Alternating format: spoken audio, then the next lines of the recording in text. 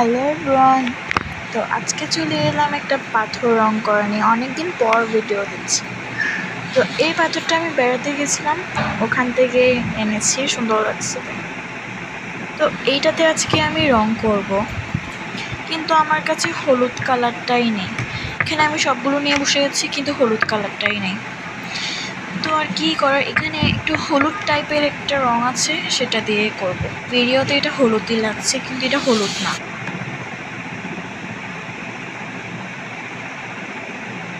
তো আমি এখান থেকে রং নিয়ে রং করবো। এখন নিচে দিয়ে একটা কাগজও দিয়েছি, যাতে নিচে না লাগে।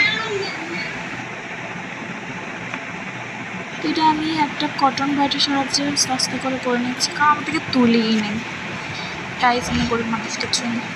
এখানে আমি পুরোটাই দেখতে পাচ্ছেন করে নিচ্ছি।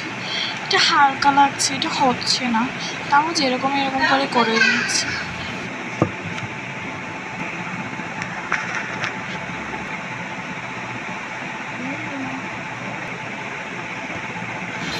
এবার আমি পাশে দিয়ে একটু এই কালার করে নিচ্ছি, মাটি কালার। গাইস, মাটি কালারটা পুরোটা করলে ভালো লাগতো না, সেটাই বুঝছি না।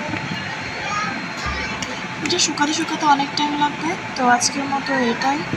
তো এটা শুকাক, নেক্সট পার্ট দেবো পরে। Bye bye.